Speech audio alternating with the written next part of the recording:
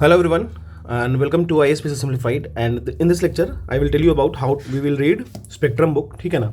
Spectrum को समझने के लिए बेसिकली हमारे पास देखिए बुक आपको इतनी मोटी है, ठीक है ना। तो बेसिकली हमें इस बात का ध्यान रखना है ना कि हमें इस पूरी बुक को नहीं पढ़नी है, ठीक है ना। क्या पढ़नी है, कैसे पढ़नी है, ये मैं आपको बताऊंगा। क्योंकि देखिए अगर हम इसको कंडेंस नहीं कर पाते ना, तो आप इतना समझ लीजिए कंडेंस्ड अगर फॉर्म नहीं हो पा रहा है ना, तो आप ढंग से इसको फिर से रिकॉन्सिलिडेट नहीं कर पाइएगा और फिर आप फाइनल एग्जाम में इसको प्रोड्यूस नहीं कर पाइएगा। हमारा मेन काम होना चाहिए प्रोडक्शन का, एग्जाम में प्रोड्यूस हो चीज़ें जो हम पढ़ के जा रहे हैं वो हमें याद होना चाहिए, ठीक है ना। देखिए बेसिकली क्या होता है, स्पेक्ट्रम जो है ना ये 2020 की एडिशन है, लॉकडाउन के वक्त ही मैंने लिया था इसे, ठीक है। तो शायद ये रिसेंट हो या फिर इसके नेक्स्ट भी कोई रिसेंट एडिशन आई हो। अगर आपका हो तो आप जाके ले सकते हो, अगर आपको लगता है कि कोई नया एडिशन आया तो, ठीक है ना। देखिए सबसे पहले इसमें जो कंटेंट है ना वो एक पहली चैप्टर है सोर्सेस एंड अप्रोचेस, ठीक है ना। तो सोर्सेस एंड अप्रोचेस आपको अभी नहीं करनी है, ठीक है ना। सोर्सेस एंड अप्रोचेस आपको नहीं करनी है अभी, इस बात का ख्याल रखना है, ठीक है। अब देखिए चैप्टर 2 है जो अप्रोचेज ऑफ इंडियन हिस्ट्री, बिल्कुल नहीं करनी है अभी फिलहाल। देखिए एडवेंट ऑफ यूरोपियंस चैप्टर 3 से स्टार्ट होता है हमारा बेसिक जो मॉडर्न इंडियन हिस्ट्री होता है वो, समझ रहे हैं ना। आपकी अगर हिस्ट्री ऑप्शनल है तो हम लोग बाद में मूव कर लेंगे सोर्सेस पे, लेकिन अभी मूव करने की जरूरत नहीं है, ठीक है ना। तो हम लोग मूव करेंगे advent of European in India, ठीक है ना। इसमें देखिए पुर्तगीज की एडवेंट, फिर डच, डेंस, फ्रेंच, इंग्लिश सारे की, ठीक है ना। फिर उसके बाद उनकी ईस्ट इंडिया कंपनी जो उन्होंने सेटअप किया था, कब कहाँ किया था। उसके बाद पहली फैक्ट्री उनकी कहाँ थी, फिर कौन अपने पावर में एक्सपेंशन करने में काफ़ी ज़्यादा वो रहे इफेक्टिव रहे, ये सब चीज़, ठीक है ना। उसके बाद देखिए अभी भी मैं आपको एक चीज़ बताऊंगा कि जो एडवेंट ऑफ यूरोपियन वाला पार्ट है ना, इसको हम लोग यहाँ भी पॉज करेंगे। पहले एडवेंट ऑफ यूरोपियन हम लोग स्टार्ट नहीं करेंगे, ठीक है ना। स्टार्ट करेंगे India on the eve of British conquest, हम लोग ब्रिटिश इंडिया से स्टार्ट करेंगे, ठीक है ना। ब्रिटिश इंडिया स्टार्ट करने का मेरा सिर्फ और सिर्फ एक ही रीज़न है कि आपको एक बार ना एक फॉर्मेटेड फॉर्म में, एक फॉर्मेट फॉर्म में आपको चाहिए चीज़ें, ठीक है ना। अगर फॉर्मेट अच्छा रहा ना तो आपको याद करना बहुत आसान हो जाएगा आपके लिए, ठीक है। तो देखिए चैप्टर 4 है India on the eve of British conquest. इसमें कैसे जब ब्रिटिश इंटर करती है इंडिया में तो उनके सामने क्या क्या दिक्कतें आती हैं, ठीक है ना। Internal challenges, external challenges Mughals के सामने क्या आती हैं, ठीक है ना। फिर मुगल डिक्लाइन क्यों करता है। तो ये हमारी पहली चैप्टर होगी India on the eve of British conquest, ठीक है ना। अब देखिए जो भी सोशियो इकोनॉमिक कंडीशन था उस वक्त, राइज ऑफ रीजनल स्टेट्स, जो मराठा थे, फिर जो भी रीजनल स्टेट्स राइज कर रहे थे वो होगा, ठीक है ना। जमींदारी सिस्टम, जागीरदारी सिस्टम क्या था, रीजनल एस्पिरेशंस क्या थे, ये सब समझना है। अब आप देखोगे ये चैप्टर में ना स्टार्ट हो रहा है 59 से और खत्म हो रहा है आपको लगभग 80 पे, ठीक है। 59 से 80 मतलब लगभग 20 पेजेस हैं। लेकिन आपको इस बात का ख्याल रखना कि सबसे पहले ना हम लोग जाएंगे ना, जैसे मान लीजिए कोई भी चैप्टर है, मान लीजिए जैसे ये है, ठीक है। ऑलरेडी मैंने किया है बहुत सारी चीज़ें, ठीक है। अब देखो जैसे मान लो ये चैप्टर है, ठीक है ना। इनकी व्यूज़ नहीं, इनकी हर एक चैप्टर में ना एक समरी पेज होता है। हर एक चैप्टर में स्पेक्ट्रम के एक समरी पेजेस होते हैं, ठीक है ना। जैसे आप कोई भी चैप्टर उठा लो, जैसे ये देख लो, देखो डायरेक्ट मैंने उस पॉइंट को हाईलाइट किया ना जो पूछता है चिटगांव ग्रुप अंडर सूर्या सेन, जिनको लोग मास्टर दाबी कहते थे, कौन कौन इन्वॉल्व थे, भगत सिंह, बटुकेश्वर दत्त, ठीक है।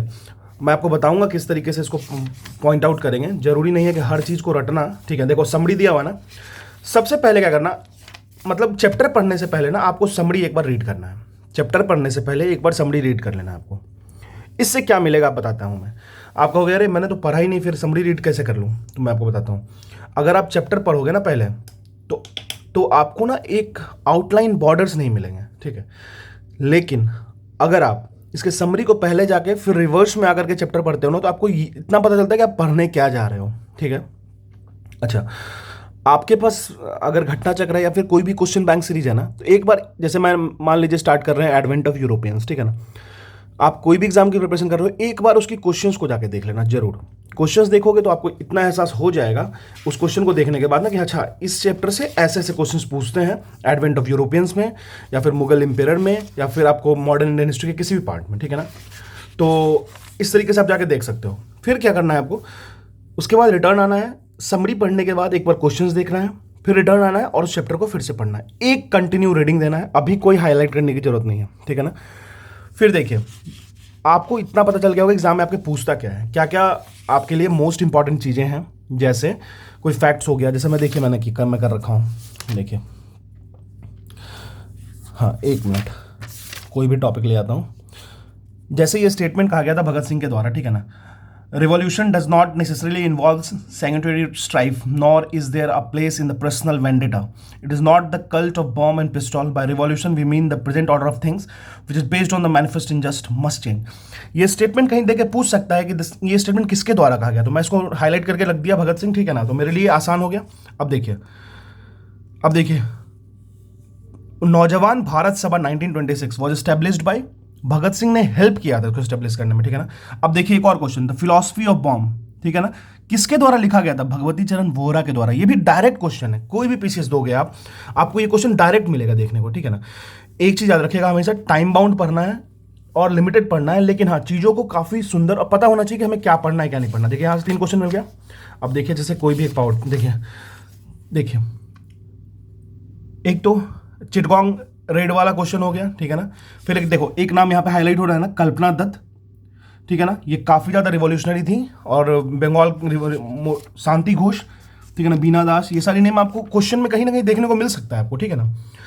अब देखिए ये तो एक चैप्टर का हो गया, ऐसे सारे चैप्टर पे भी जा सकते हैं, लेकिन टाइम उतना वेस्ट नहीं करना इन चीज़ों पे। मैं आपको बताता हूँ, जैसे आप रीड करने लगो ना तो आपको एक आइडिया मिलने लगेगा, हल्का सा एक आइडिया मिलने लगेगा, अच्छा यहाँ ऐसे हो रहा है, यहाँ ऐसे हो रहा है, ठीक है ना।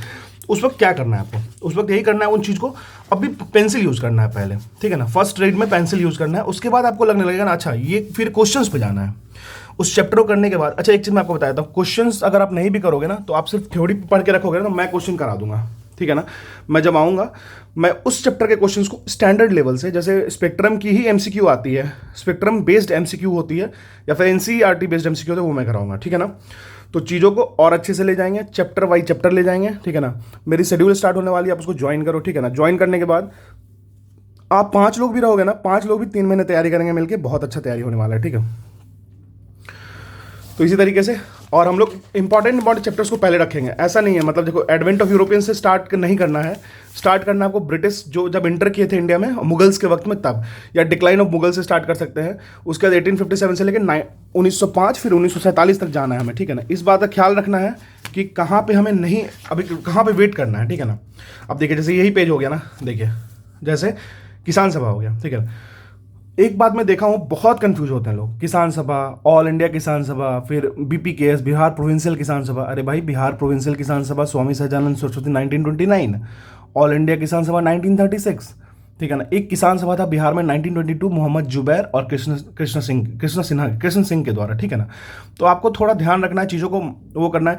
अच्छा अब देखिए वो कैसे आता है, एक लॉन्ग रीडिंग किया ना, जैसे आप मान लीजिए यही चैप्टर है, ठीक है, जैसे कौन सा चैप्टर है, हाँ पीजेंट रिवोल्ट वाली चैप्टर है। आपको पता होगा कि ये कितना इंपॉर्टेंट चैप्टर है, ठीक है ना। कब से कब तक, 1857 से लेकर 1947 के बाद की, मतलब इस जोन की। तो आपको पता है कितना है, देखिए इंडिगो रिवोल्ट 1859-60, ठीक है ना। दिगंबर विश्वास एंड विष्णु विश्वास नादिया डिस्ट्रिक्ट से बिलोंग करते थे। कितना इंपॉर्टेंट क्वेश्चन है ये, एग्जाम में आपको दिखता है ना, लेकिन दिखता ही है आप कैसे, अब ये कहोगे कि यार पूरी बुक में पढ़ लिया, अब हर चीज़ को मैं थोड़ी एक जगह नोट्स बना के रखूंगा, ये 600 पेज 700 पेज की बुक है, नहीं, आपको हाईलाइट कर देना। अब जैसे अब इस पेज को खोलना, देखो पीजेंट मूवमेंट खोला ना मैंने, कितनी पेजेस है इसमें, देखो 1 2 3 मुश्किल से हार्डली 5 पेजेस होंगे इसमें। देखो जो हाईलाइटेड पोर्शन आपसे सारे क्वेश्चन निकलेंगे, देखना आप। दिगंबर विश्वास विष्णु विश्वास नादिया डिस्ट्रिक्ट से इस रिवोल्ट से जुड़े हुए थे। फिर मैं आ जाऊँ पबना पे, तो eastern Bengal witnessed, eastern Bengal का रिवोल्ट है। फिर आ जाओ पबना में कौन थे, Yusufshahi Pargana and Pabna district form, कौन सा एक्ट था, एक्ट 10 ऑफ 1859, ठीक है ना। फिर देखिए इसी वक्त में 1885 में Bengal treasury act tenacity act pass किया गया था। फिर डेक्कन राइट्स पे आते हैं, ठीक है ना। डेक्कन राइट्स के बाद हम चलते हैं, मूव करते हैं। देखिए जो बहुत ज़्यादा इंपॉर्टेंट नहीं है उसको मैं बस एक पेन से अंडरलाइन किया हूँ, जो बहुत ज़्यादा इंपॉर्टेंट है उसको मैंने हाईलाइट किया है, ठीक है ना। अब जैसे देखिए किसान सभा मूवमेंट देखते हैं, तो होम रूल, ठीक है ना, होम रूल जो एक्टिविस्ट थे उनके द्वारा एफर्ट मारा गया यूपी में, ठीक है ना। यूनाइटेड प्रोविंशियल किसान सभा को सेटअप किया गया फरवरी 1918 में, किसके द्वारा, गौरी शंकर मिश्रा, इंद्र नारायण द्विवेदी, मदन मोहन मालवीय इसको सपोर्ट किए थे, ठीक है ना। तो इस तरीके से आपको ध्यान रखना है, ठीक है। अब देखिए इस तरह मापिला रिवोल्ट 1921 केरल वाला, ठीक है। फिर इक्का रिवोल्ट, जो जरूरत है मैंने उसको हाईलाइट किया है। आपको एक बार रीड करोगे आपको खुद पता चल जाए क्या क्या हाईलाइट करना क्या नहीं करना है। अच्छा आप इसको करोगे ना चैप्टर वाइज, तो मैं क्या करूँगा, चैप्टर वाइज कुछ क्वेश्चंस भी पूछ लूँगा आपको ग्रुप में, आप ग्रुप में जुड़ सकते हो आईएएस सिंप्लीफाइड पे, आपको पता चल जाएगा करना क्या है। आपको बस जो मैं दूंगा टास्क उसको कर लेना है। स्टार्ट करेंगे हम लोग हिस्ट्री और ज्योग्राफी के साथ। तो आपके पास स्पेक्ट्रम की बुक होनी चाहिए, कोई एक्सक्यूजेज नहीं, पीडीएफ मत लो यार, खरीद लो जाकर के, कोई दिक्कत नहीं है। अगर आप नहीं एफर्ट कर पा रहे हो ना, ठीक है, आप मेरे को मैसेज भी कर सकते हो, लेकिन मैं ये जानता हूँ कि आप एफर्ट कर सकते हो। इतनी ज़्यादा भी, मतलब 500 अगर नहीं भी कर सकते तो किसी फ्रेंड से मांगो, कोई दिक्कत नहीं है, मांगो यार, मतलब देखो थोड़ा बेसन बनने में कोई फ़र्क नहीं पड़ता, अगर पढ़ने के लिए बेसन बन रहे हो तो कोई दिक्कत नहीं है, ठीक है। तो ये हो गया। फिर आप क्वेश्चन, मैं हर चैप्टर को इतना कोशिश करूंगा ना कि मतलब जैसे मान लो आज हम लोगों ने ये पढ़ा advent of Europeans, advent of Europeans के सारे क्वेश्चन हमसे बनने चाहिए। मैं उसकी वीडियो जैसे आज कल कल की शेड्यूल डालूंगा आज रात में, ठीक है ना। उस शेड्यूल के क्वेश्चंस में कल आके शाम में करा दिया करूंगा, तो वो जो क्वेश्चंस होंगे ना उसको आप एक बार रिकॉल कर लोगे, मेरे क्वेश्चन सीरीज से काम हो जाएगा आपको, ठीक है। तो इसी तरीके से स्टार्ट करेंगे हम लोग। और सबसे पहले मैंने आपको रिवर्स बताया, पहले समरी पढ़ना है, फिर चैप्टर पे जाना है, फिर प्रीवियस ईयर क्वेश्चन एक बार देखना है, उसके बाद करना है, ठीक है ना। तो इसी तरीके से जुड़े रहिए, अच्छा करना, धीरे धीरे करके इसको फिनिश करेंगे। और स्टार्ट करेंगे हम लोग मॉडर्न इंडियन हिस्ट्री से, और इसके साथ में हम लोग जियोग्राफी ले चले या जनरल साइंस ले चले, ये आप बताइएगा मुझे, ठीक है ना। चलिए, थैंक यू।